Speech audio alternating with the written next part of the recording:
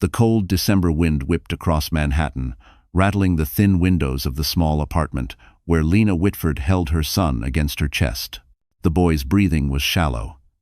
Every inhale a fragile rasp that sent panic shooting through her veins. The small digital pulse oximeter flickered on her nightstand, its numbers dropping lower with each passing minute.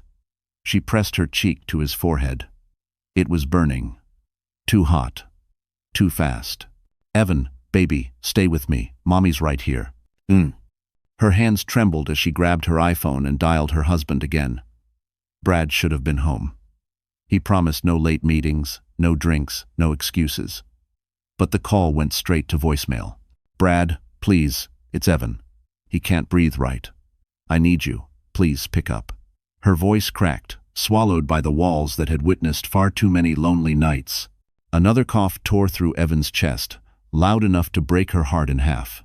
She dialed 911 with shaking fingers, whispering prayers she hadn't spoken in years. 2 miles away, inside a luxurious suite at the St. Regis, New York, her husband slept untouched by the chaos. The room glowed with soft golden lamps, a half-finished bottle of Macallan on the marble table, and a trail of designer clothes leading to the king-sized bed. Wrapped in expensive sheets lay Brad and his mistress, Sloane Marwick, her head resting on his shoulder as if stolen comfort belonged to her. Sloane stirred when Brad's phone buzzed. She reached across him, saw Lena's name flash across the screen, and smirked. "She's calling again," she murmured, pressing the phone face down to silence it. Brad didn't even open his eyes. "She worries too much," he mumbled. "The kid's always sick, it'll pass." Then he drifted back into sleep, completely unaware that the life he helped create was slipping away. Back in the ambulance, Lena held Evan's hand tightly as paramedics worked around her. The sirens screamed through the streets, lights slicing across the city. She kissed her son's knuckles. "Please, sweetheart. Please stay, don't leave me." But by the time they reached the hospital, the world had already tilted. The emergency team rushed him into a room. Machines beeped. Voices shouted. A nurse guided Lena back as her legs buckled under her. She stood frozen as the monitor flatlined, its monotone ringing louder than any storm. Her world shattered in a single, merciless moment. When Brad finally woke up hours later, stretching in quiet luxury, he had no idea. His betrayal had already written the beginning of the end. Because at that same moment, far across the city, a black SUV rolled to a stop outside the hospital. A tall man stepped out, stern-face, steel-cold eyes, a presence that made even security guards straighten their backs. Colonel Grant Holden had returned, and this time he wasn't here to comfort his daughter. He was here to destroy the man who let his grandson die. And Brad has no idea that the nightmare has already begun. The fluorescent lights of the hospital corridor cast long, exhausted shadows as Lena Whitford sat curled in a gray plastic chair, her hands numb, her eyes burning from hours of crying. Her son's small blanket lay across her lap, still warm in places where her fingers had clutched it.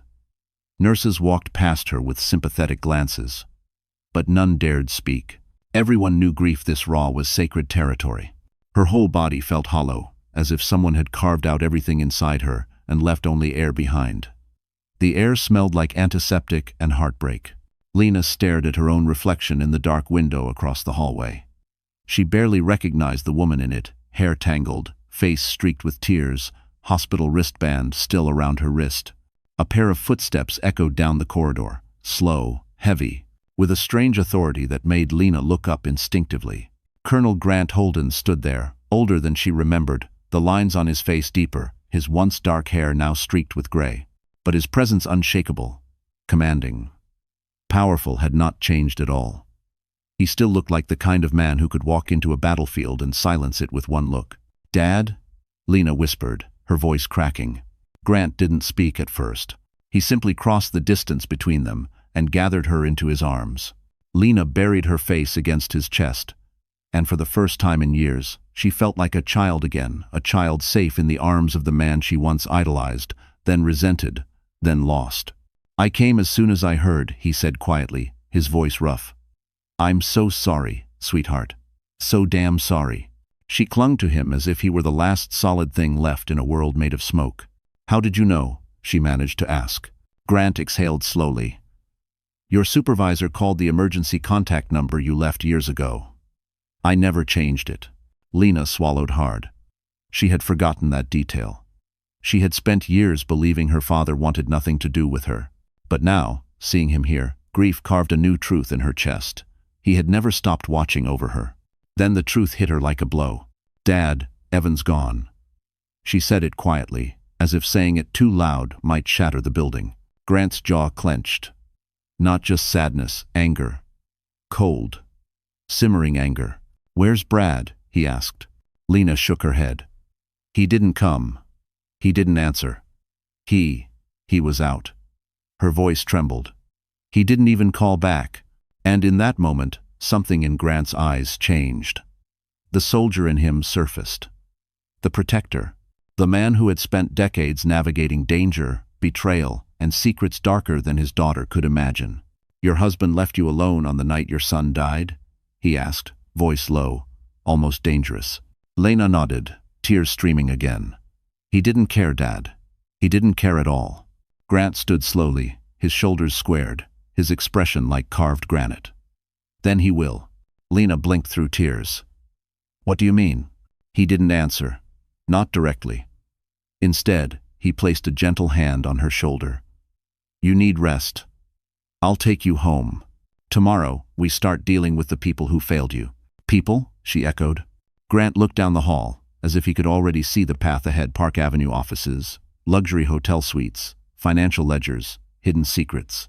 His mind was already calculating moves like a general preparing for war. There's more to this than you know, he said, and Brad Whitford is not the only one who's going to answer for it. Lena stared up at him, confused, shaken. Grant reached into his coat pocket, pulling out something small, an access badge with a corporate logo she didn't recognize. Dad, what is that? Grant's eyes hardened. It's the first key, he said, to the truth about your husband. And Lena had no idea just how deep Brad's betrayal really went. The sky over Manhattan was a steel-gray bruise when Lena finally stepped out of the hospital. The city never slept, but tonight it felt strangely muted, as if even the noise recognized her grief and softened itself. Her father's black SUV waited at the curb, headlights glowing through the mist. Grant opened the door for her, a gesture he hadn't made since she was a child, and guided her into the warmth of the vehicle. She clutched Evan's blanket to her chest as they drove toward her apartment. Every streetlight blurred through the fog on her eyelashes. Not a single word passed between them, but silence with her father felt safer than any comfort Brad had given her in years. When they reached her building, Grant helped her upstairs. The hallway smelled of old paint and dust. Lena fumbled for her keys, her hands trembling so badly she dropped them. Grant picked them up, unlocked the door, and stopped cold. Inside, the apartment lights were on. There was a faint smell of cologne, strong, sharp, expensive. Lena's stomach twisted. Brad was home. He was standing in the kitchen drinking bottled water, scrolling through his phone as if it were just any other night. His hair was slightly mussed, shirt wrinkled, jaw rough with stubble. The picture of a man who had slept comfortably somewhere that wasn't home. He looked up lazily when they entered. There you are, he said, as if she had been out shopping. I was wondering where you went. Lena stared at him, unable to form words. Grant stood beside her, his expression unreadable, but heavy with restrained fury. Brad's eyes flicked to the older man. And you, he added, raising an eyebrow. Didn't know we were hosting guests. Lena swallowed hard. Brad. Evan. Her voice cracked, breaking again. He didn't make it. For a moment, nothing in Brad's expression changed. Not grief. Not shock. Not even confusion. He simply sighed, as if she had told him the subway was delayed. I figured, he said. The kid was always sick. Grant stepped forward so fast Lena barely saw him move. Watch your mouth, he growled, voice low, vibrating with the kind of threat that could freeze blood. Brad blinked, surprised. Excuse me? Show some respect, Grant said. Your son is dead. Brad's jaw tightened, but not with sorrow, with irritation. Look, I know you're upset, but yelling at me won't bring him back. And honestly, Lena, you always overreact about everything related to him. Nah. Something inside Lena cracked in that moment, not like glass, but like stone, a breaking so deep it echoed through her bones. Where were you? she asked quietly. Your phone was off. You didn't call back. You weren't there. Brad shrugged, taking another drink. I told you I had a work thing. You were at the Street Regis. Grant cut in. Sweet 1904. Brad froze. Just for a fraction of a second, too fast for most to notice, but not fast enough to escape the eyes of a trained soldier. Then Brad scoffed. You've been spying on me? Grant didn't answer. He didn't have to, because the truth had already revealed itself in Brad's reaction. Lena stared at her husband, her chest tightening. She whispered, You left our son dying so you could be with her. Brad slammed the bottle onto the counter. I'm not doing this right now. I've had a long night. We'll talk tomorrow when you're calm. He started to walk toward the bedroom. Grant's voice thundered through the apartment. You won't make it to tomorrow. Brad turned slowly, irritation turning to unease. What the hell does that mean? Grant reached into his coat not for a weapon, but for the badge he had shown Lena outside the hospital. The same badge that had terrified men far more dangerous than Brad. It means, Grant said, stepping forward, your life is about to fall apart, and I'm going to be the one who tears it down. Yeah. And Brad finally realized he was standing in front of a man he should never have crossed.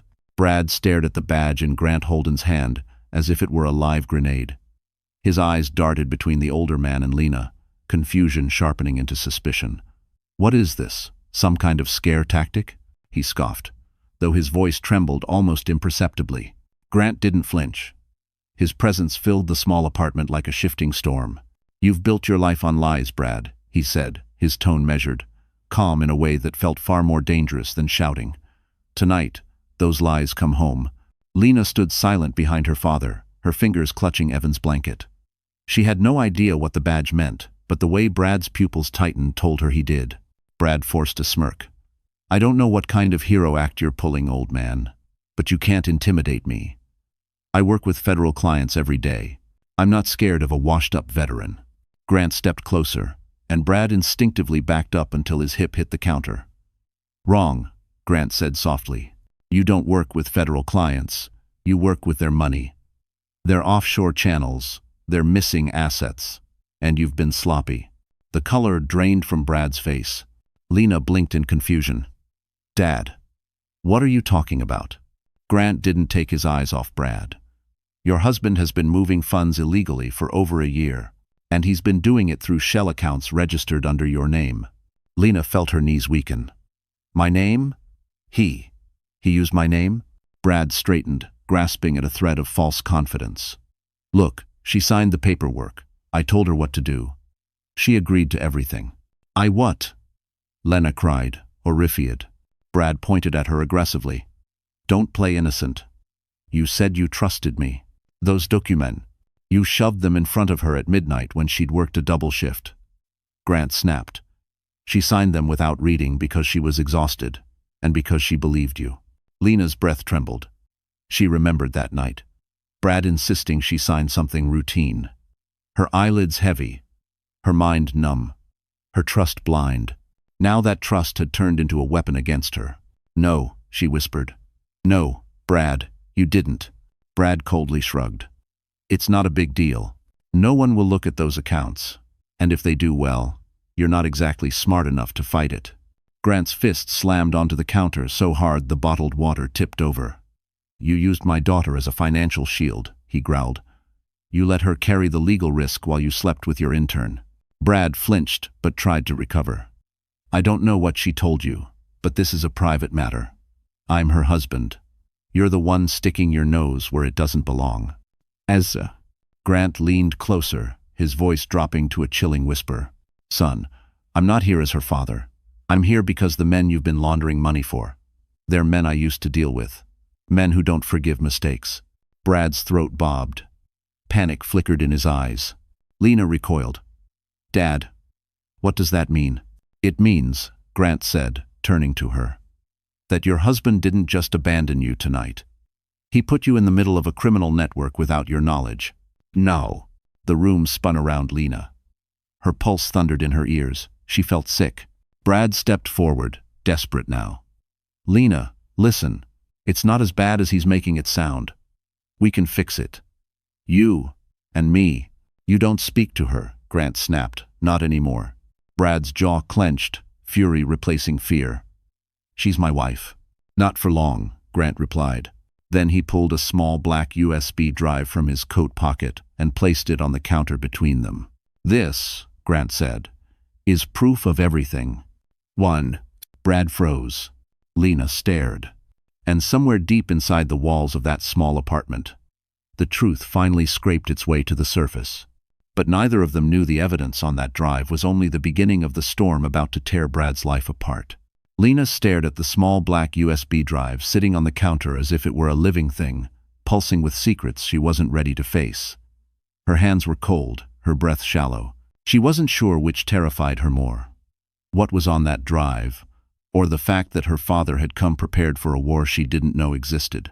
Grant picked it up carefully, almost reverently, like a detonator. Everything you need to know about Brad's double life is in here, he said quietly. But I need you to understand, Lena. Once we open this, there's no going back. Brad barked out a laugh, sharp and nervous. Oh, give me a break. You can't scare me with some cheap prop. You think plugging that thing into a computer is going to magically make her hate me? She's my wife. She knows me better than you ever will. Grant turned slowly. I know enough to bury you. Brad swallowed, the smirk slipping for a split second before he forced it back into place.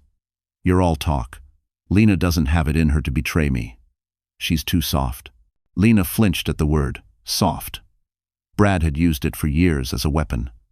Soft when she cried. Soft when she begged him to spend time with their son. Soft when she apologized for things she never did wrong. Not tonight. Grant gently touched her shoulder. This is your choice, sweetheart, not mine. If you're not ready, I'll put it away. Lena's voice trembled, but she forced the words out. No, show me. Grant nodded. He opened his briefcase and pulled out a slim MacBook Pro, setting it on the kitchen table. Brad scoffed. You're insane. That thing could have anything on it. She's not going to. Lena cut him off. You don't get to speak for me anymore. Brad froze. Grant inserted the USB. A folder popped up instantly. Whitford, Operations. He clicked the first file. A spreadsheet filled the screen, rows and rows of account numbers, offshore transfers, shell corporations in Belarus, Singapore, the Cayman Islands. The amounts were staggering. Millions. Some transactions tagged under her name. Lena covered her mouth. Oh God. The next file was a video. Security footage from an elevator, the Street Regis, timestamped the night Evan died. Brad and Sloane entering the suite, wrapped around each other like a drunken secret. Lena's breath hitched in her throat. But the next video was worse. It was audio. Brad's voice, unmistakably slurred. I don't care what she texts. That kid's probably overreacting again. He'll live. He always does. Stop worrying. Come here. Lena staggered back as if struck. Brad rushed forward. Lena. Listen, this is taken out of context. She recoiled from his touch. Don't you dare. Grant closed the laptop gently, as if giving her a moment to breathe. But Lena felt no air anywhere. Just betrayal thick. Suffocating. Crushing. You used me, she whispered. You let me take the blame for your crimes. And you left Evan alone that night. Brad's mask finally shattered. I didn't leave him alone. You were there. He called for you, Lena screamed. He was dying, Brad. He was scared, and he needed his father. Brad's eyes hardened with a coldness that chilled her deeper than any winter wind. He wasn't my priority. The room fell silent. Grant stepped between them before Lena collapsed. You're finished, he told Brad. Every illegal dollar, every lie, every file. I'll make sure the right people see it. Brad's laugh was hollow, desperate. You think they'll believe you? I have connections. I have leverage. Not anymore, Grant said. He reached into his jacket again, this time pulling out a second USB. Lena blinked. Dad, what is that? Grant's jaw tightened. This one, he said, is worse. And Brad finally understood that whatever he saw so far was nothing compared to what was coming next. The second USB sat on the table like a loaded weapon, heavier in meaning than its size should allow. Brad stared at it, his confidence evaporating in real time. He swallowed hard and tried to laugh, but the sound came out thin and broken. "This is ridiculous," he muttered. "You're bluffing. There's nothing else." Grant didn't respond. He simply opened the MacBook again, inserted the second drive, and waited. A new folder popped up instantly. Priority Files. Holden Security. Lena blinked. "Dad. Holden Security. That's my company," Grant said quietly. "The one I co-founded before you were born." Brad's face drained of color. "Holden, as in the federal contractor. The one that works with everyone," Grant finished, his voice sharp. "Agencies, branches, foreign partners. We built systems that track everything from cybercrime to political corruption." He turned the laptop so Brad could see the screen, including financial activity tied to certain corporations, and the people connected to them. A cold sweat broke out across Brad's forehead. The first file opened automatically. A surveillance report. Photos of Brad entering various upscale restaurants, late-night offices, private clubs. Not with Sloan, but with a man Lena had never seen before. Tall. Expensive suit. Face half hidden in every shot. Lena frowned. "Who is that?" Brad's jaw locked. "No one." Grant raised an eyebrow. "No one? Interesting. Because this no one is Viktor Kovalev." Brad stiffened. Grant continued calmly. "A billionaire with a criminal empire disguised as a logistics company. He launders money through people like you. And you," he pointed at Brad, "are 3 levels down in his operation. Disposable. Replaceable." Lena covered her mouth, horrified. "Brad, what did you get involved in?" Brad exploded. "Do you think I had a choice?" he snapped. "Do you think money just falls from the sky? We live in Manhattan, Lena. You wanted better schools, better doctors, a bigger place. How did you think we were paying for it?" "I never asked for any of that," she cried. "All I wanted was you home. With us. With Evan." "Yeah, well, wanting doesn't pay bills," Brad shot back. Grant slammed the laptop shut. "Enough." Silence fell across the room like ash. Grant turned to Lena, softening only for her. "This isn't your fault, sweetheart. But you need to understand something. Viktor Kovalev doesn't tolerate mistakes. Brad didn't just betray you. He put you and Evan in danger long before tonight." Lena's knees felt weak. "Danger? What kind of danger?" Grant hesitated, a rare thing for him. The kind of danger that follows people. The kind that watches from across the street. The kind that doesn't knock. Brad suddenly grabbed Lena's arm. "Listen to me, your dad doesn't know what he's talking about. Kovalev won't touch us. I'm too important." Grant pulled him off her with a single sharp motion. "If you were important, Brad, he wouldn't have sent someone to your office today." Brad froze. Lena stared at him. "Someone went to your office?" Brad stepped back, panic finally cracking through. He didn't answer. Grant opened his phone, tapping the screen. Within seconds, a video clip appeared, grainy security footage of a man in a dark coat, stepping out of an elevator onto Brad's office floor. Tall, broad, a face like a statue. He walked straight toward Brad's office door. Lena looked at Brad, her voice shaking. "Why didn't you tell me?" Brad's chest rose and fell quickly. Because it wasn't supposed to happen. They weren't supposed to come." Grant paused the video. "You're out of time," he said coldly. "Kovalev sent a warning. Next time, it won't be a visit." Lena felt her pulse crash in her ears, terror mixing with betrayal until she could barely breathe. Grant placed a gentle hand on her back. "Sweetheart," he said softly, "we need to leave this apartment. Now." Brad lunged forward. "She's not going anywhere with you." "Huh." Grant turned slowly, eyes sharp as steel. "She's not safe here, and after tonight—" He stepped closer, voice dropping to a chilling whisper. "Neither are you." And just as Grant said it, a shadow moved outside the front door. The shadow outside the door moved a second time, slow, deliberate, too controlled to be a neighbor passing by. Lena's breath caught in her chest. Brad stumbled backward, panic flaring in his eyes. Grant instantly shifted, stepping in front of Lena as if he had rehearsed it his entire life. "Don't make a sound," he whispered. The hallway went silent.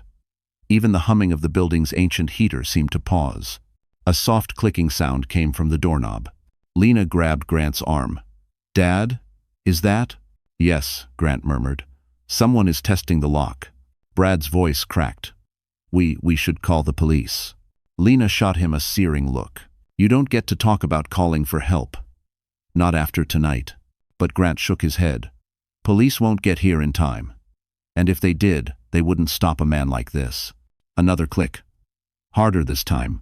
Brad backed up until he hit the kitchen counter. His hands shook violently. "He's here for me." Grant didn't turn but spoke through clenched teeth. "They're here because you failed your boss, and because you were sloppy. Men like Kovalev don't appreciate sloppy." "One." Lena was trembling, but anger began to burn through her fear. "You dragged us into this, me, Evan. You used my name, and now someone's at my door?" A final click echoed through the apartment. The lock gave way. Grant grabbed Lena's wrist. "Bedroom.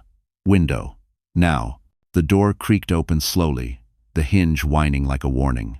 A tall silhouette entered the apartment, broad shoulders, heavy boots, moving with the quiet confidence of someone who'd broken into homes before. Someone who didn't bother hiding his presence. Lena's heartbeat hammered in her ears. Brad whispered, "He's going to kill me." Grant hissed, "Move." He shoved Lena toward the bedroom. She clutched Evan's blanket as if it were a lifeline, stumbling over her own feet. Brad sprinted behind them, gasping for air. Grant slammed the bedroom door shut just as a heavy footstep thudded into the living room. Grant locked the door, but it wouldn't hold long. "Window," he ordered. "Fire escape." Blah. Lena pushed it open, icy night air slicing through the room. 6 floors below, the alley was swallowed in darkness. "Go," Grant urged. Lena climbed out, gripping the metal railing. Her hands were shaking so badly she nearly missed the next bar. Brad hesitated. I can't." Grant grabbed him by the collar and shoved him through the window. "You can if you want to live." Inside the apartment, a loud crash echoed. The bedroom door shook violently. The man had reached it. Grant climbed out last, pulling the window closed behind him but leaving it unlocked. He turned to Lena. "We go down," he said. "Keep your head low." They descended quickly, the metal rattling with every movement. Snow had begun to fall, thin flakes drifting like ash. Lena didn't feel the cold. She barely felt her hands. She only heard the pounding of footsteps as the man reached the bedroom. Brad whimpered. "We're sitting ducks. What do we do?" "We get to the car," Grant said. "I parked in the alley." They reached the 2nd floor when the bedroom window above them suddenly flew open. A dark figure leaned out, scanning the fire escape. Lena's breath stopped. He saw them. "There," the man bellowed, voice deep enough to shake the air. Grant grabbed Lena's hand. "Move." The man swung his leg out the window, stepping onto the fire escape. Metal groaned under his weight. He was coming down. Fast. Brad screamed and nearly slipped on a slick bar. Grant caught him by his jacket and shoved him forward. "Run!" Grant roared. But Lena hesitated for a fraction of a second, long enough to see the man's face clearly under the street lamp's glow. She knew that face. Not from real life, but from the surveillance photo on Grant's laptop. Viktor Kovalev's enforcer. Right above them. Closing in. And he wasn't alone, another shadow was climbing out of the window behind him. The fire escape rattled beneath their feet as Lena, Grant, and Brad climbed down into the freezing alley. Snowflakes drifted across the narrow passage, catching the faint glow from the street lamps above. The metal bars were slick with ice, and the bitter wind cut across Lena's cheeks like knives. She clutched Evan's blanket with one hand, gripping the railing with the other.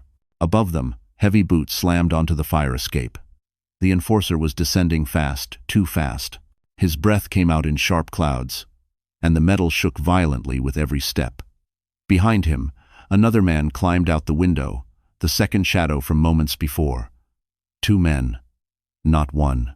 Grant cursed under his breath. "They sent a team," Brad wheezed. "Why? Why would they send 2? "Because you owe more than you told us," Grant snapped. "Keep moving." They reached the last platform, just 1 level above the alley floor. The cold bit deeper as Lena swung her legs over the railing. Her boots hit the frozen pavement hard, jolting pain up her legs. She nearly fell, but Grant caught her before she could collapse. Brad dropped down next, landing awkwardly and nearly rolling his ankle. Grant jumped last, landing with surprising control for a man his age. But Lena barely had a second to breathe before she heard metal shrieking overhead. The first enforcer had reached the bottom of the fire escape. He was only seconds behind them. "Cars this way," Grant said, pulling Lena toward the darker end of the alley. But the alley wasn't empty. A black sedan idled near the mouth of the street, its engine rumbling low and ominous. Headlights flicked on, illuminating them in a blinding wash of white. "Dad," Lena whispered. "Someone's inside." Grant moved quickly, placing himself between her and the lights. "We're boxed in." Brad spun around frantically. We can go the other way." "No," Grant said. "That's a dead end." A door from the sedan opened slowly. A man stepped out. Not the enforcer, not the second shadow. This man wore a tailored coat. Scarf knotted carefully, hair slicked back with precision. His expression was disturbingly calm. Lena's stomach dropped. "Who is that?" she whispered. Grant's voice hardened. "Kovalev's coordinator. He collects debt." Brad stumbled backward until he hit the brick wall. No, this can't be happening. "You should have thought of that before you stole from them," Grant said. "I didn't steal," Brad cried. I used some of the transfers to cover the portfolio losses. I was going to fix it." "Quiet," Grant snapped. "They're here because you're not worth protecting anymore." The enforcer finally reached the ground behind them. He and the coordinator exchanged a silent nod. They had them cornered. Lena pressed herself against the wall, her pulse pounding so loud she could barely hear the wind. She could feel her father tightening his grip on his coat pocket, ready, prepared, calculating. The coordinator stepped forward. "Mr. Whitford," he said calmly, as if greeting an acquaintance at a business dinner. "You have something that belongs to us." Brad shook so violently his teeth clicked. "Please, I can pay it back." "Yes," the man said, his voice like ice. "You can, but the timeline has changed." Grant shifted subtly, his stance widening. Lena recognized the posture.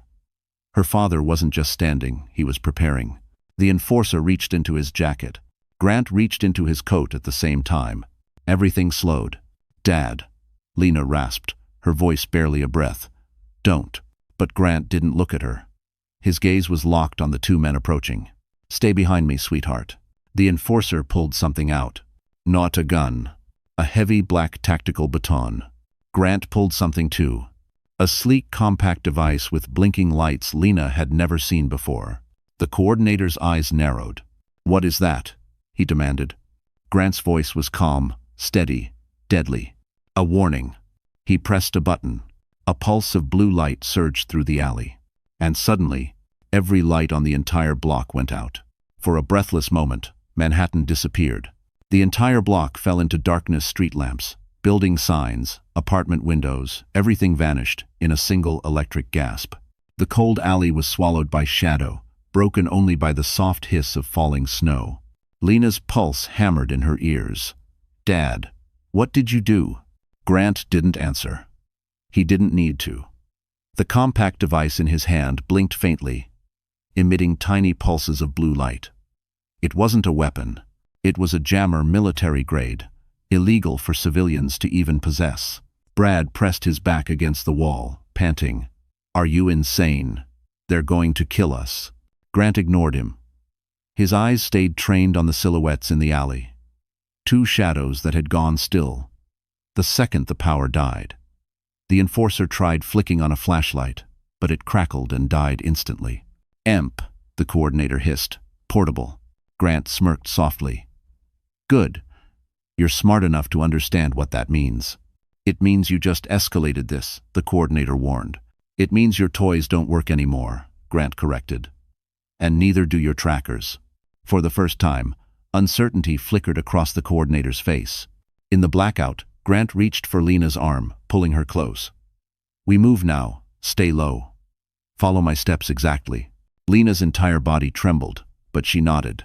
She trusted him. After losing Evan, trust felt like a foreign concept, but with her father, it came easier than breathing. Brad, however, was unraveling fast. "We can't outrun them. We need to hide, call someone, do something." "No phones," Grant said. "Mine's shielded. Yours aren't." They'll trace you before you finish dialing. Lena gripped Evan's blanket tighter. Where are we going? Grant scanned the alley, calculating angles like he was back on a battlefield. To the car. Once we reach it, I can get us out of this neighborhood. Kovalev's men won't risk a pursuit without comms. A metallic clang behind them made Lena jump. The enforcer had moved silent, precise, closing in through the dark like a wolf. Grant reacted instantly, pulling Lena behind a dumpster as the baton sliced through the air where her head had been a second earlier. Brad screamed. Grant grabbed a loose pipe from the ground and swung, catching the enforcer in the ribs. The impact echoed through the alley. The enforcer stumbled, but didn't fall. He was massive, trained, and relentless. The coordinator stepped forward.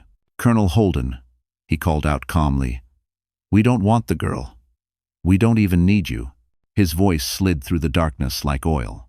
"We only want Brad Whitford and the data he stole." Lena froze. "Stole," she whispered. "Brad, what did he steal?" "Nothing," Brad snapped.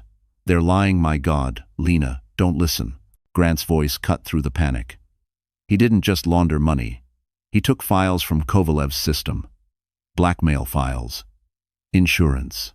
The coordinator chuckled. "He's clever, but not clever enough." Lena stepped back from Brad, heart pounding. "You dragged us into something even worse than you said." Brad shook his head violently. "I did it for us, for a future. You think our life could stay afloat with your salary? With a sick kid?" Grant struck Brad across the face with the back of his hand. The sound cracked through the alley. "Don't you dare use Evan to justify this," Grant growled. The coordinator's voice sharpened. "Hand him over, Colonel. You and your daughter walk away clean." "No," Grant said. "Then he dies tonight." Lena's breath hitched as the enforcer lunged again, swinging the baton with brutal force.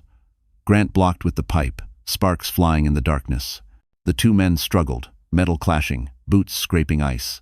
Brad panicked, slipping and falling into the snow. "Help me. Someone, please," Grant yelled. "Lena, run to the car." "One." She hesitated for only a second, then saw a third shadow moving behind the coordinator. Someone new. Someone stepping out of a second black sedan that hadn't been there a moment ago. Tall. Expensive coat. An accent when he spoke. "You're all wasting time," the new man said coldly. "Kovalev wants the girl too." And for the first time, Lena realized she wasn't just collateral, she was a target. Snow swirled through the alley like a restless ghost as the third man stepped forward, his silhouette cutting a long, sharp shape through the darkness. The faint reflection of headlights glinted off his polished shoes, and the silver watch peeking from beneath his tailored coat. His presence alone shifted the air, calm, predatory, practiced. Grant immediately moved in front of Lena again, pulling her behind his arm. "Stay back," he ordered, voice low. The coordinator stiffened. "You weren't supposed to be here," he hissed at the new arrival. The third man shrugged casually. Kovalev changed his mind. "He wants insurance." His gaze slid to Lena. Her stomach dropped. I don't even know any of you. Why would he want me?" Brad choked on a breath. "Because of the files. They think you assisted me." Grant grabbed Brad by the collar. "You shut your mouth." The enforcer swung at Grant again, baton slicing through the air with brutal force. Grant dodged, using the pipe to parry, but the man's strength was monstrous. Their struggle sent sparks off the fire escape ladder, lighting the darkness for a fraction of a second. The third man lifted a hand. "Stop wasting time. Bring her." Lena took a step back instinctively, heart pounding. No, I didn't do anything." "And that," the man said, "makes you leverage." Brad snapped. "Take me. I'm the one you want. Take me." The man smirked. "We already planned on it. But you're not the only debt in play tonight." Grant's jaw tightened. "You're not touching her." "With all due respect, Colonel," the man replied, "you're in no position to negotiate. We know who you are, what you built, what you hid." He tilted his head. "You kept your daughter far away. Smart. But eventually, everything catches up." Grant's eyes flashed with something Lena had never seen before: fear. Real fear. And that terrified her more than the men surrounding them. "Let her go," Grant said evenly. "She knows nothing. And yet she holds everything," the man countered. "Your daughter has access you don't realize." "I don't," Lena protested. I swear I don't even know what you're talking about. The coordinator stepped closer. Your father gave you something years ago. Something encrypted. Something Kovalev wants. Grant's face turned to stone. Lena's breath hitched. Dad. But there was no time. The enforcer attacked again, and this time the blow landed. The baton slammed into Grant's ribs with a sickening thud. He staggered back, dropping the pipe. Breath knocked from his lungs. Dad, Lena screamed. Brad bolted for the mouth of the alley in blind panic. I'm done, I'm out. The coordinator snapped his fingers, and the second enforcer sprinted after him. Grant lunged, grabbing Lena's arm. Don't look at me, move, now. But Dad, move, Lena. She ran. Her boots skidded on the icy pavement as she sprinted toward the far end of the alley, snow whipping into her eyes. Her lungs burned, but fear propelled her faster than she'd ever moved in her life. Behind her, she heard another crack of the baton. Grant grunted in pain. She turned her head just a second, and saw the first enforcer raising the baton again, preparing to bring it down. Lena screamed. Stop! Keep running! Grant shouted hoarsely, but she couldn't leave him. Her father had shown up the night her world collapsed, the night Evan died, the night she lost everything. She would not abandon him now. She skidded to a halt, turned, and slammed into something solid. The third man had stepped directly into her path, blocking the exit. His gloved hand shot out and grabbed her wrist, cold and crushing. No more running, he said calmly. You're coming with us. Lena tried to wrench free, panic exploding inside her, but he tightened his grip and leaned in. Don't fight me. You won't win. Behind him, she heard Grant's voice, strained, furious, defeated. Lena, don't. Let them take you. The third man pulled her toward the car. And then, a fourth figure stepped out from the shadows behind him, raising something metallic to the back of his head. The metallic click sliced through the darkness like a blade. The third man froze, Lena's wrist still locked in his grip. His head tilted slightly, as if he couldn't quite believe someone had managed to come up behind him. Let her go, a low voice commanded from the shadows. Lena's breath hitched. She didn't recognize the voice, but something in its steadiness, its calm authority, sparked a faint flare of hope in her chest. The third man did not release her. Instead, he smirked. That would be unwise.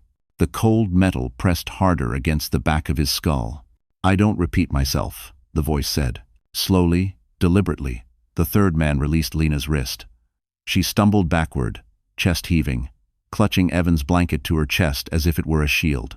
The figure stepped into the dim sliver of moonlight, leaking between the rooftops. A tall man, broad-shouldered beneath a dark coat dusted with snow. His hair was tousled by the wind, his jaw sharp, his expression carved from stone. In his right hand, he held a compact tactical weapon, sleek, unfamiliar, clearly not NYPD. He positioned himself between Lena and the men closing in. Who are you? Lena breathed. He didn't look at her. His eyes stayed locked on the coordinator and the enforcer. Not your enemy. The coordinator narrowed his eyes. Dr. Caldwell. I should have known you'd interfere. Lena blinked. Her heart lurched. Dr. Noah Caldwell, the cardiothoracic surgeon who had fought to save Evan. The man who had stayed long after the operation failed, sitting with her as she cried. The man whose quiet steadiness had felt like the only anchor in a night full of storms. She whispered, You followed me? No, he said softly. I found you. The enforcer lunged forward. Noah fired. A single pulse of blue light shot from the weapon, silent, clean, controlled. It struck the enforcer in the chest, sending him crashing back against the brick wall. He wasn't dead, but he was out. The coordinator stepped back. That device is restricted military tech. You don't have clearance to. I have whatever clearance I need, Noah replied. Grant struggled upright, one hand pressed to his ribs. Caldwell, he rasped, recognition dawning. I should have known. Your agency. Retired, Noah replied. Mostly. Lena stared at him, stunned. Your CIA? Noah's jaw flexed. Long story. Not important right now. Brad shrieked from the far end of the alley, wrestling with the second enforcer who had nearly dragged him to the car. Someone help me. And Noah didn't even glance at him. He's not our priority. But the coordinator moved faster than Lena expected. He yanked a blade from his coat and lunged for Noah. Grant tried to intercept, but he wasn't fast enough. Noah was. He twisted, deflecting the attack with a swift, precise strike. The blade clattered to the pavement. Noah kicked it away and grabbed the coordinator by the collar, slamming him into the brick wall. "You tell Kovalev," Noah growled, "that if he sends anyone else after Lena, I'll come for him personally." The coordinator's lips curled into a slow, chilling smile. He already expected that.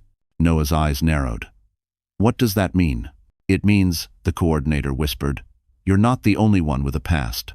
Before Noah could react, the coordinator slipped something into his pocket from inside his coat, smooth, metallic, small. Grant saw it too late. "Noah, move." The coordinator pulled his hand away, revealing a pressure-activated beacon blinking red. And Lena realized. It wasn't a weapon. It was a signal. The coordinator smirked. "Backup's coming." Noah's eyes snapped to Lena, urgent. "We need to go. Now." Grant pulled Lena to his side, stumbling as he tried to catch his breath. But down the alley, headlights flared. Not one car. Two. Coming fast. And this time, they weren't stopping to talk. Because Kovalev had just unleashed the rest of his men, and Lena was still trapped inside the alley. The roar of engines thundered down the alley, bouncing off the brick walls like rolling thunder. Lena's heart lurched as two sets of headlights blasted through the falling snow, growing brighter, closer, faster. Noah stepped in front of her instinctively, raising his weapon with controlled precision. Grant positioned himself on her other side, battered but unbroken, his breathing ragged but steady. Brad, still tangled with the second enforcer, shrieked, "Help! Please don't let them take me." His voice cracked like glass, pathetic and wild. Noah didn't look at him. "He's slowing us down," he muttered. "They're here for him, not for us." But Lena grabbed Noah's arm. "They're here for me too." He said that. He said Kovalev wants me. Noah hesitated. "Lena, please don't leave him," she whispered weakly. "Not like this." Grant's voice cut in, stern and urgent. "We don't have time to save everyone. We focus on you." Another set of headlights flashed brighter, closer. The first car braked hard, tires skidding over icy pavement. Men began to spill out dark coats, tactical gear, weapons glinting in the faint moonlight. This wasn't an intimidation team. It was extraction. As the second car skidded in behind them, completing the trap, Lena realized they were boxed in again. A perfect choke point. No way forward, no way back. Grant swore under his breath. "They're trying to funnel us." Noah scanned the alley, calculating angles, scanning windows, assessing risk. His jaw tightened. "There's one exit." "Where?" Lena gasped. Noah pointed upward. The fire escapes loomed above them, black outlines against the sky. The ladder leading up was dangling just a few feet away. Grant shook his head. "We can't climb with them right behind us." "We don't climb," Noah interrupted. "We jump." "What?" Lena blinked. "Jump where?" Noah pointed to the second-floor landing. "You're light. I can boost you.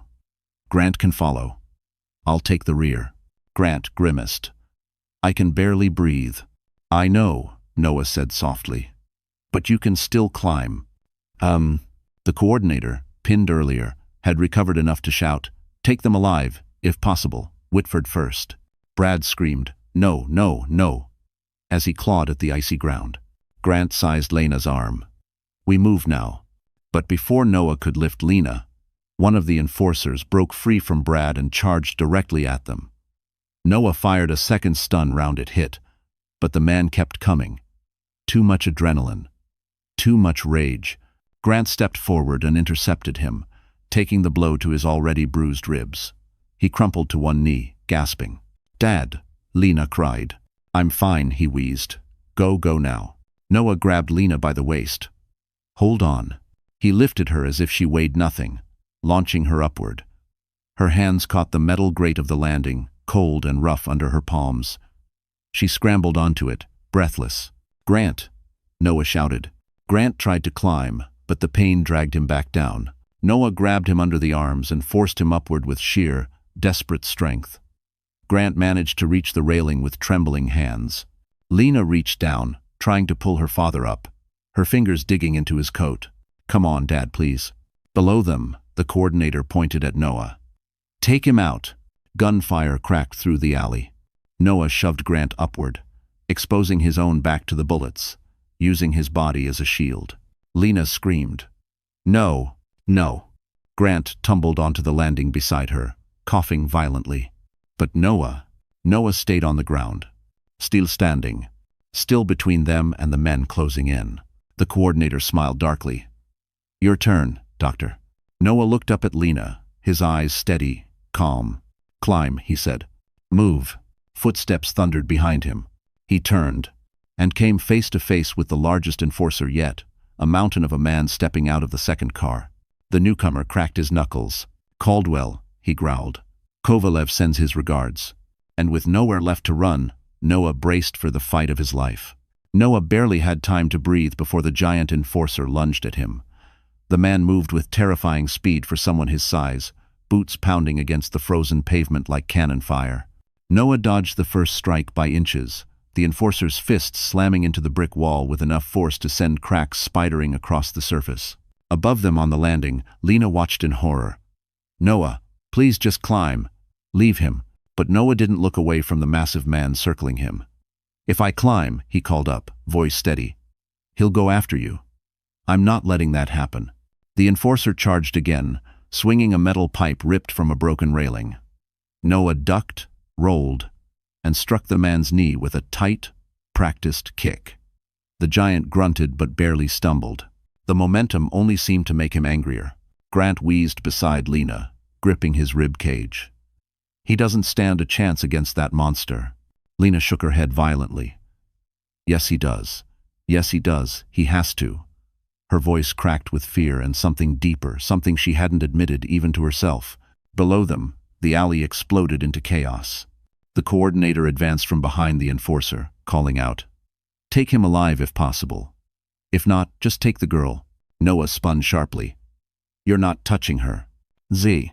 The enforcer swung the pipe again, this time catching Noah across the shoulder. The crack echoed like a gunshot. Noah stumbled but stayed upright, jaw clenched in pain. "No!" Lena screamed, reaching for him even though he was yards below. Noah shook off the impact and shifted his stance weight low, hands up, eyes sharp. He was trained, that much was clear. Grant recognized it instantly. "He's operating on instinct," Grant muttered, leaning on the railing. "But he's injured." "Huh," Lena whispered. "He doesn't care.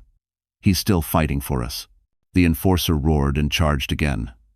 Noah sidestepped, grabbed the man's coat, and used his momentum to slam him into the brick wall.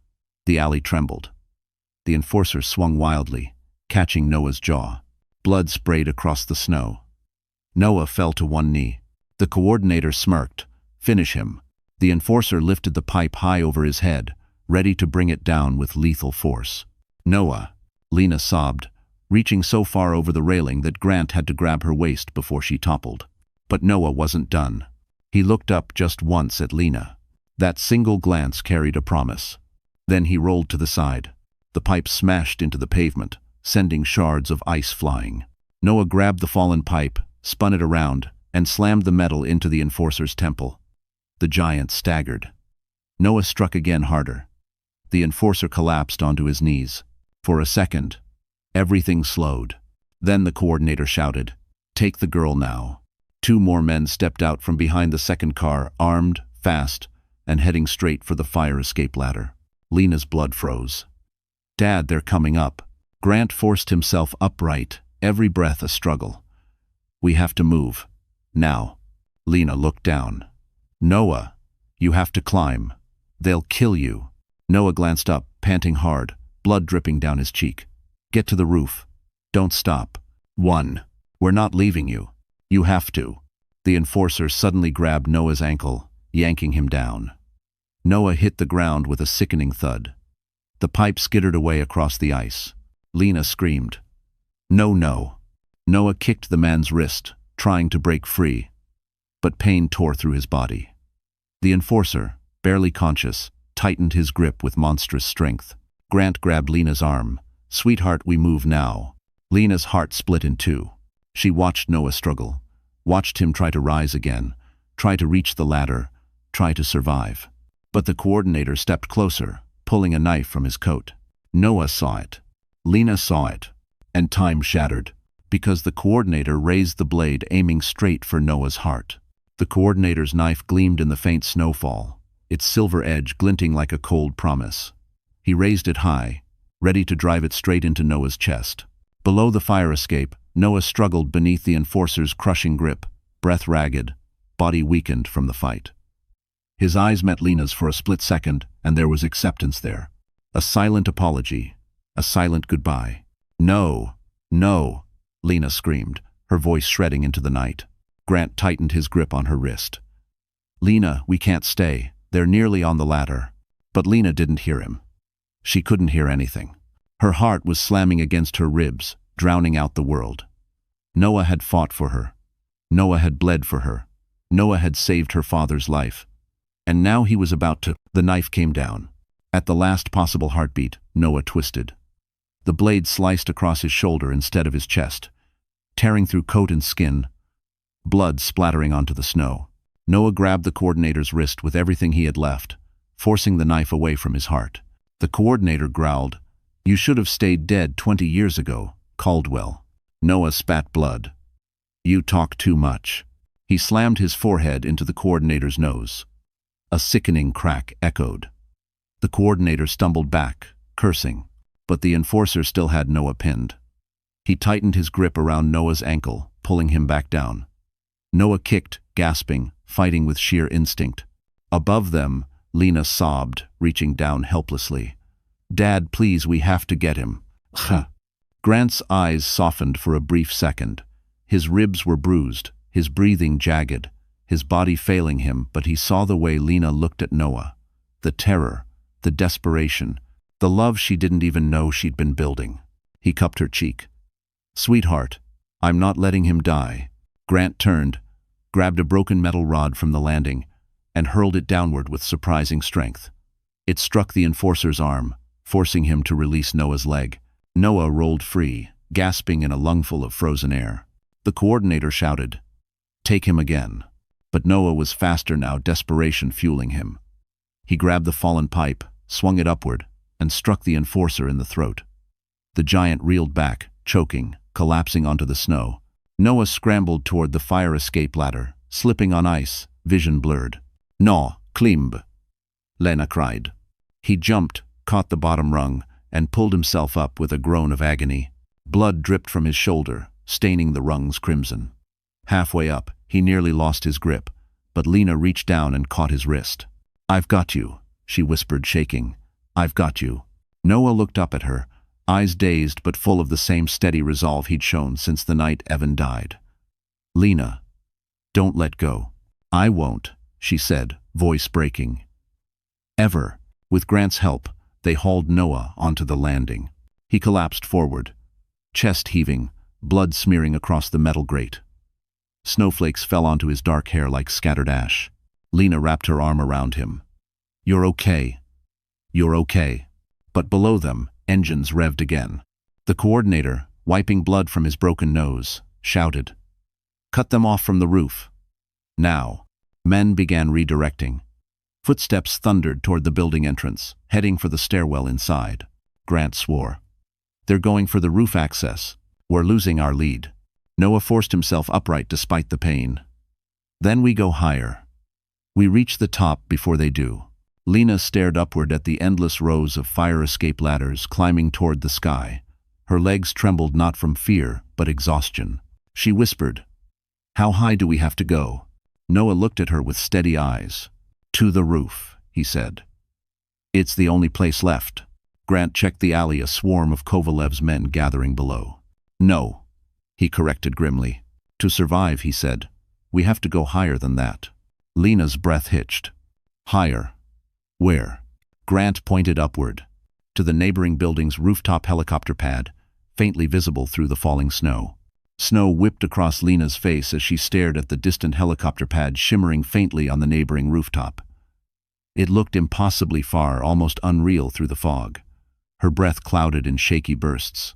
"Dad, that's 3 buildings over." "Mun." Grant wiped blood from his jaw. 2.5. And we don't have a choice. Below them, the alley roared with chaos. Kovalev's men regrouped, shouting orders, their boots crunching over snow as they fanned out toward the building's interior access points.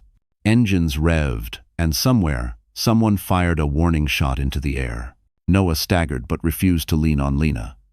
We need height. Once we reach the top, I can signal help. Help? Lena breathed. From who? Noah's jaw tensed. People who owe me. It wasn't a comforting answer.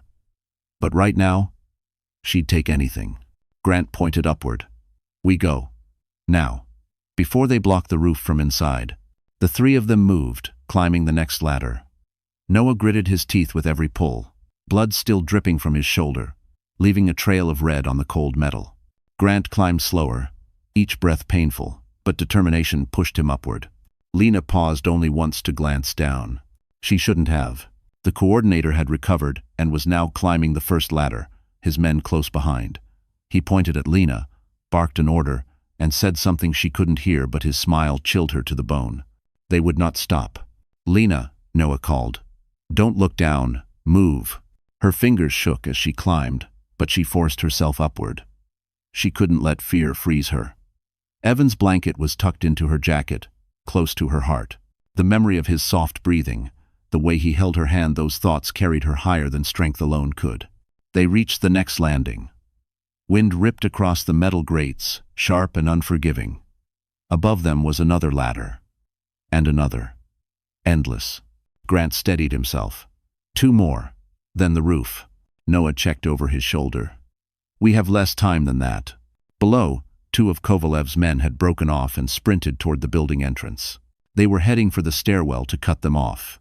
Grant saw it too. They'll reach the roof before we do. Noah's eyes darkened. Not if we move. They climbed again. Lena's arms burned. Her lungs screamed. Her legs trembled.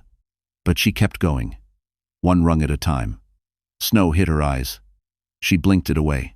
The city spread around her, towering skyscrapers, frozen rooftops, plumes of steam rising from vents cold and indifferent to the nightmare unfolding in one narrow alley. Halfway up the ladder, Noah suddenly stopped. His breath hitched. Noah? Lena whispered.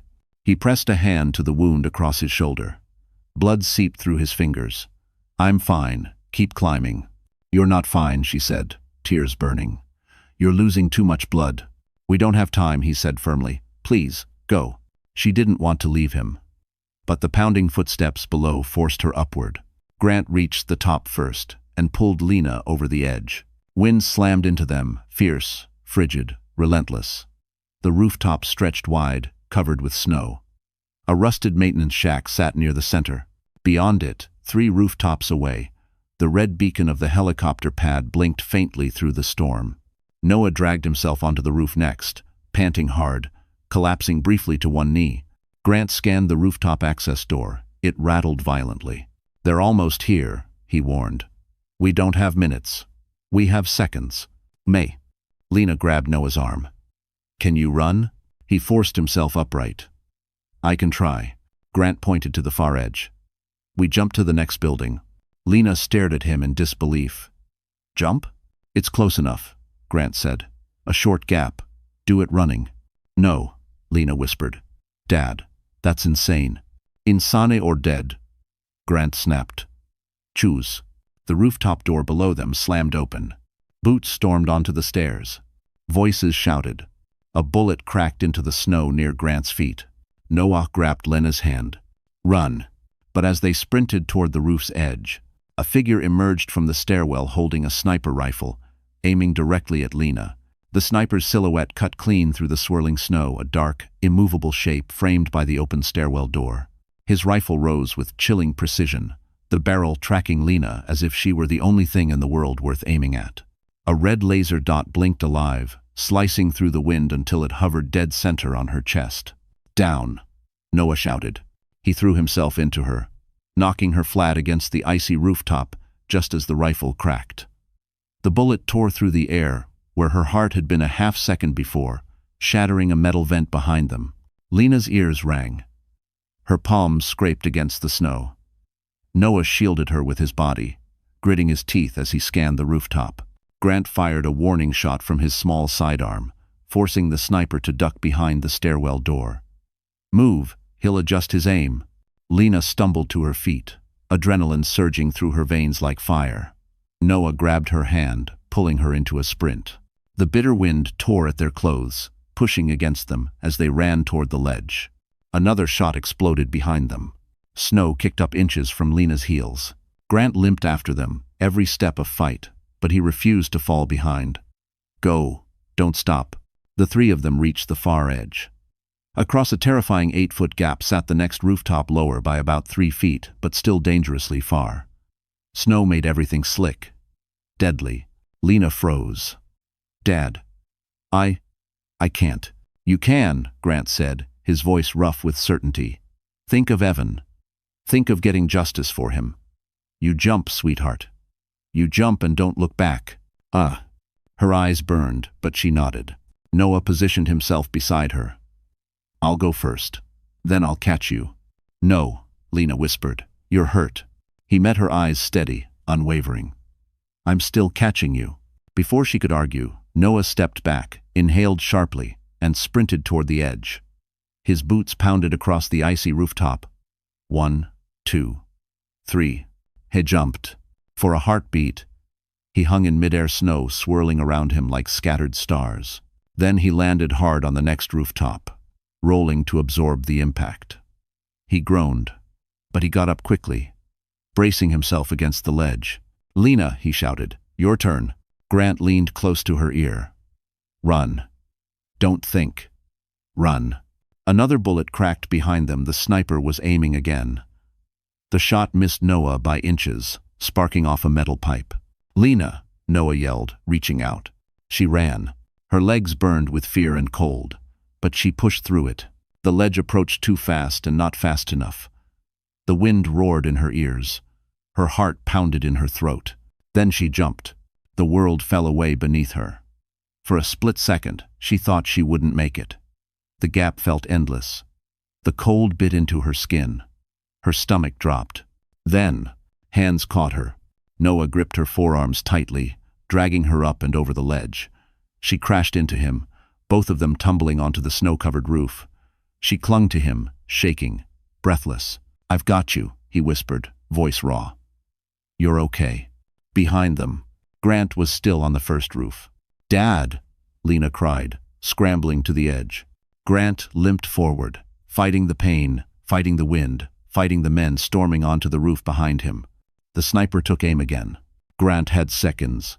"Go," he shouted. "Don't wait for me." But Lena sobbed. "I'm not leaving you. You have to." Grant barked. "You're my daughter, you survive." He ran.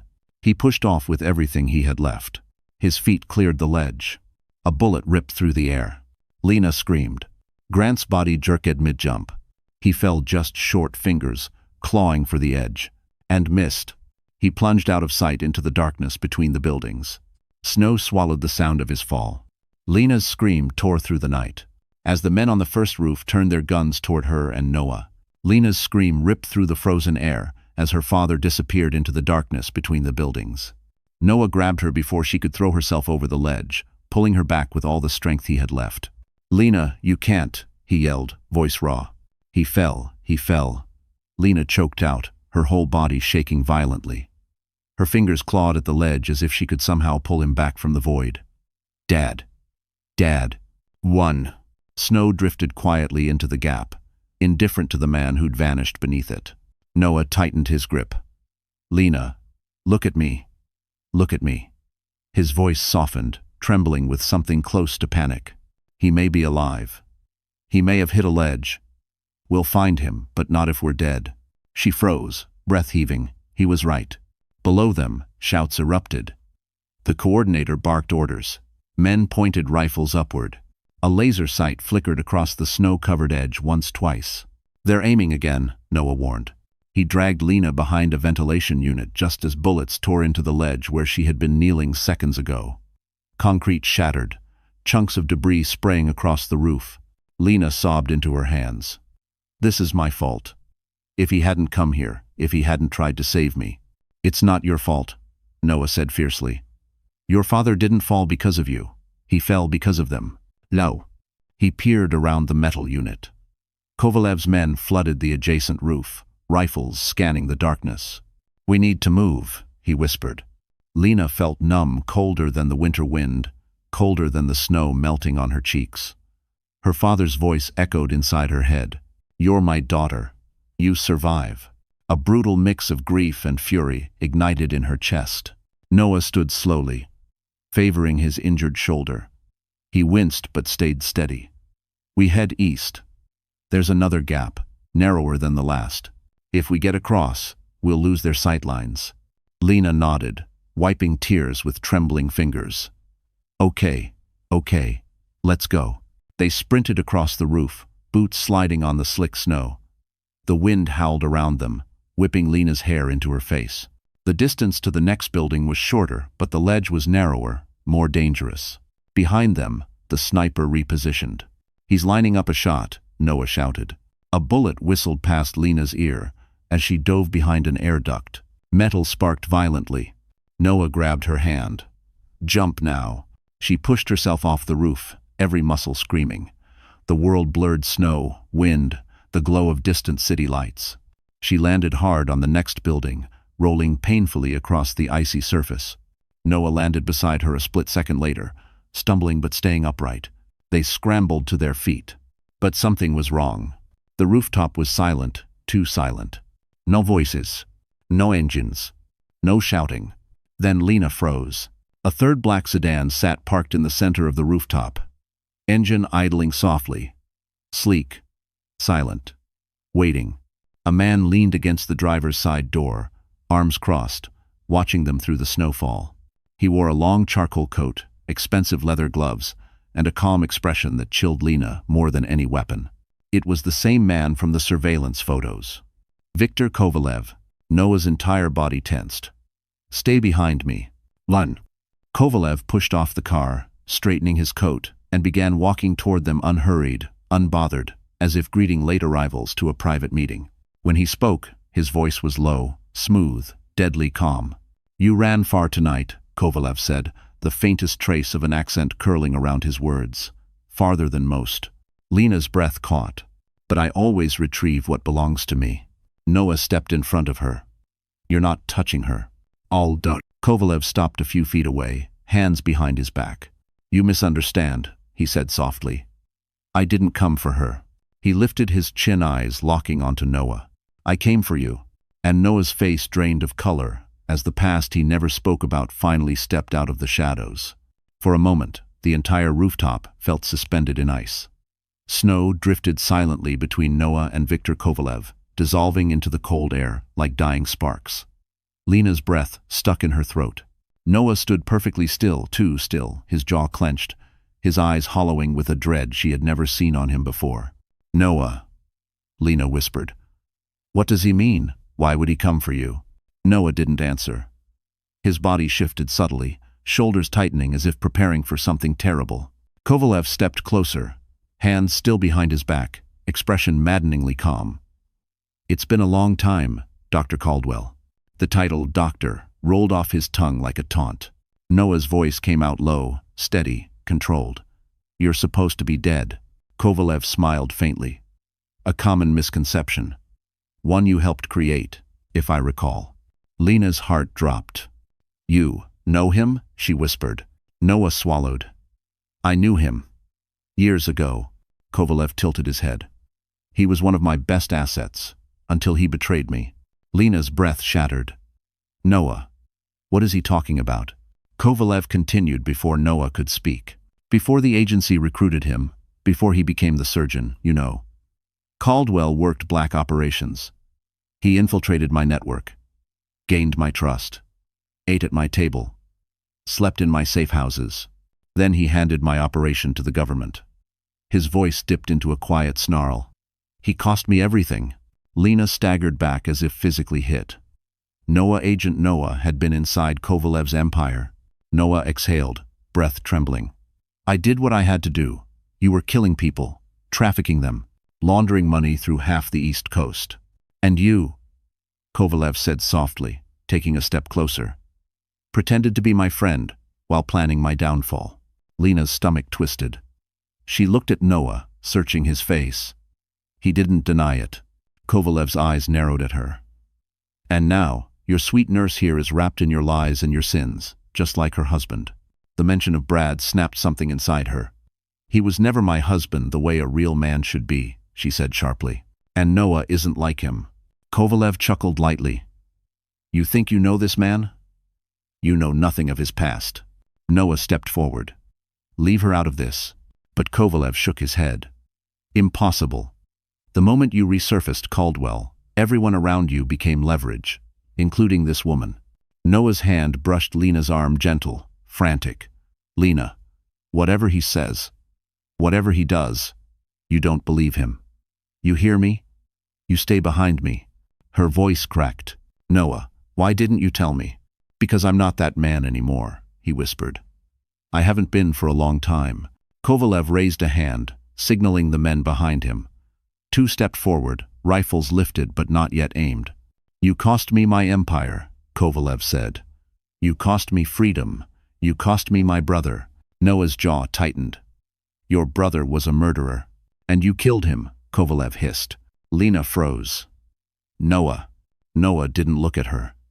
I did what I had to do. Kovalev exhaled. And now, I do what I have to do. Noah stepped closer to shield Lena fully. You want me? Fine. Take me. But she walks away. Kovalev laughed a low, cruel sound. You think you're negotiating? The girl is insurance. Lena shook her head. I'm not part of this. I didn't do anything. You exist, Kovalev said, and that is enough. The wind howled across the roof. Noah positioned himself like a wall between her and the men, every muscle rigid. He whispered without looking back. Lena, run when I say run. She gripped his coat. I'm not leaving you. You have to. But Kovalev lifted his hand, and all at once, every rifle pointed directly at Noah. Every red laser dot converged on his chest. Then Kovalev said, calm as ice, fire. And Lena didn't know if she was about to watch Noah Caldwell die. The command sliced through the night like a blade. Fire. It happened in less than a heartbeat. Red laser dots tightened across Noah's chest. Lena didn't think her body moved faster than her mind. She threw herself in front of him, arms spread, shielding him with nothing more than fragile skin and the blinding desperation pulsing through her veins. No, Noah roared, yanking her back as rifles cracked in perfect unison. The world exploded. Shots tore through the air loud, violent, merciless. Snow burst upward in sharp plumes as bullets slammed into the rooftop. Noah twisted, dragging Lena down behind a thick industrial vent just as metal shattered, slicing sparks into the cold night. Lena hit the ground hard, breath knocked from her lungs. Noah pressed her flat with his body, sheltering her from the hail of bullets. Are you hit? He shouted over the gunfire. No, she gasped. You? He didn't answer right away. Her heart froze. Noah. I'm fine, he said finally, though his voice strained with pain. Bullets ripped into the metal vent beside them. The rooftop shook with each impact. Kovalev's men advanced in a slow, coordinated line, measured steps, rifles raised, closing in like predators, tightening the circle around wounded prey. Kovalev didn't move. He watched, hands clasped behind his back, face calm as snowfall. End it, he said to his men. I've waited long enough. Noah's eyes darted across the roof, calculating. We need distance. Cover. Anything. Whoa. There's nothing here, Lena whispered, terror choking her throat. He grabbed her hand. Then we make our own. He pulled her up. They sprinted toward the far edge of the roof again, bullets trailing them like angry wasps. Snow splashed under their boots. Wind sliced their faces. Halfway across, Lena stumbled, her foot catching on a patch of ice. She pitched forward. Noah caught her before she hit the ground. Keep going. Behind them, Kovalev's men reloaded. Lena couldn't breathe. We can't outrun bullets. We don't need to outrun them, Noah said. We just need to reach. He stopped. Lena followed his gaze, and her stomach dropped. The next rooftop, the one they jumped from earlier, was no longer accessible. The narrow construction scaffold that once bridged the gap had been torn apart by gunfire. Pieces dangled from twisted cables.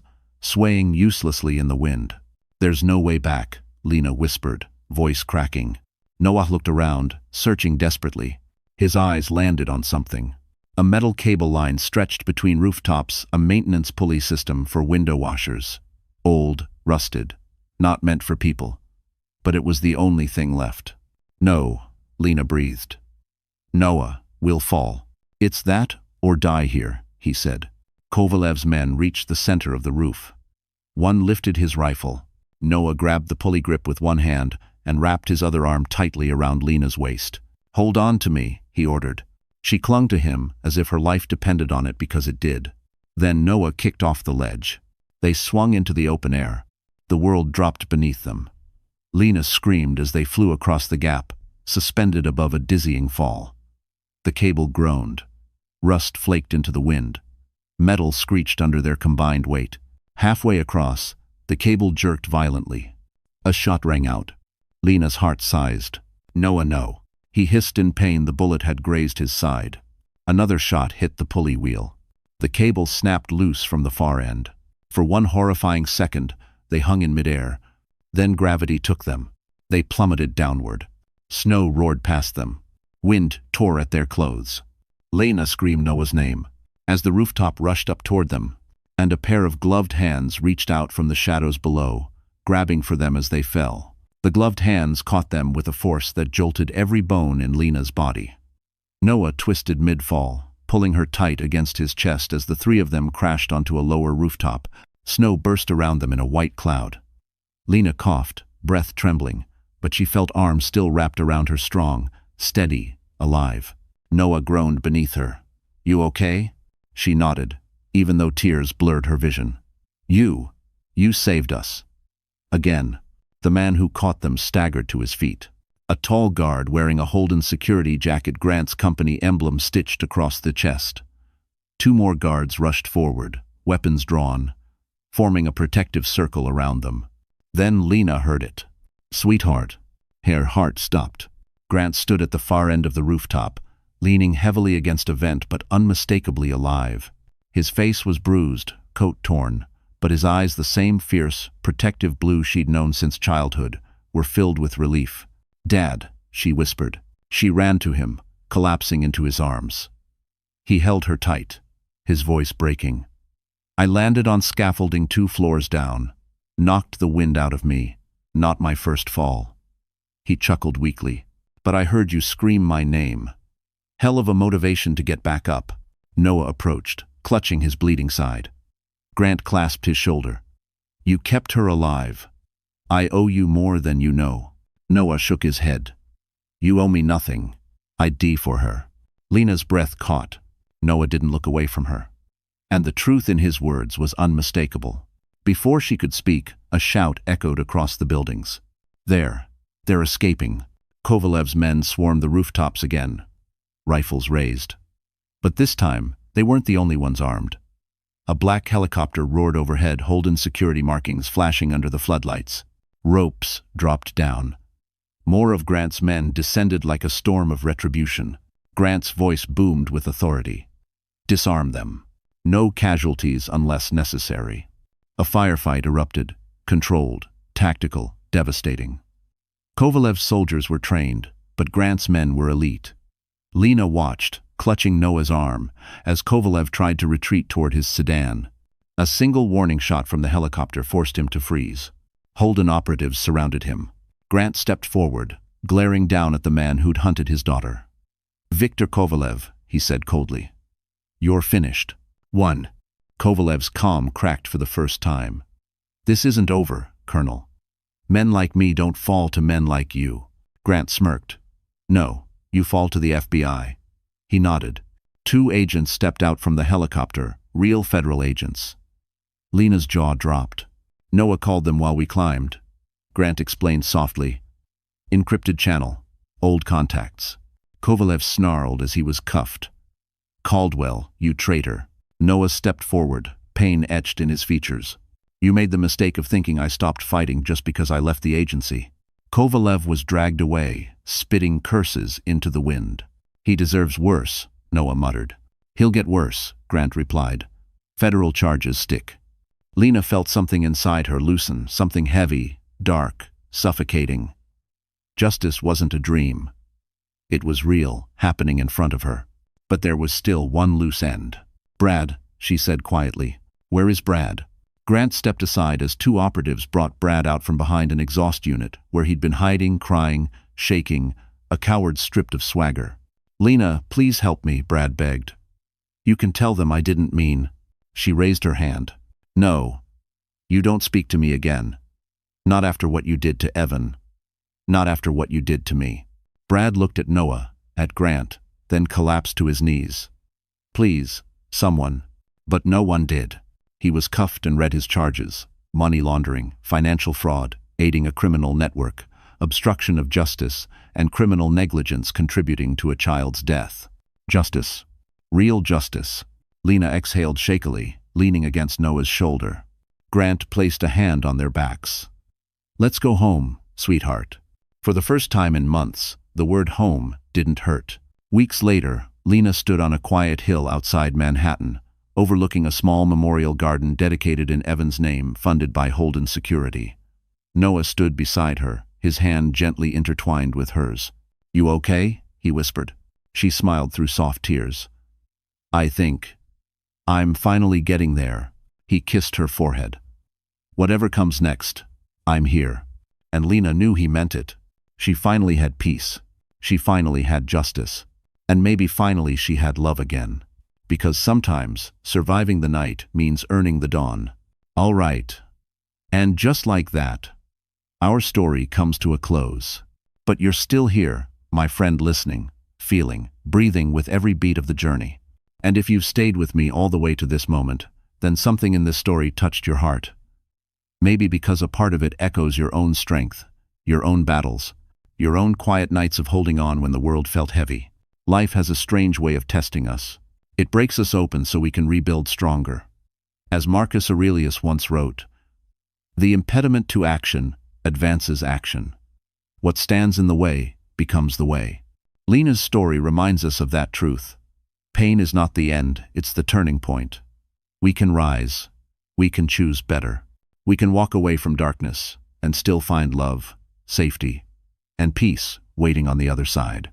If this story gave you courage, or made you breathe a little deeper, or simply reminded you that healing is possible even after the darkest night, then I'm grateful you're here. So before we say goodbye, let me ask you gently, would you like more stories like this? If you do, remember to like, share, and subscribe so you don't miss the next journey. You matter. And you're not alone, not here, not ever.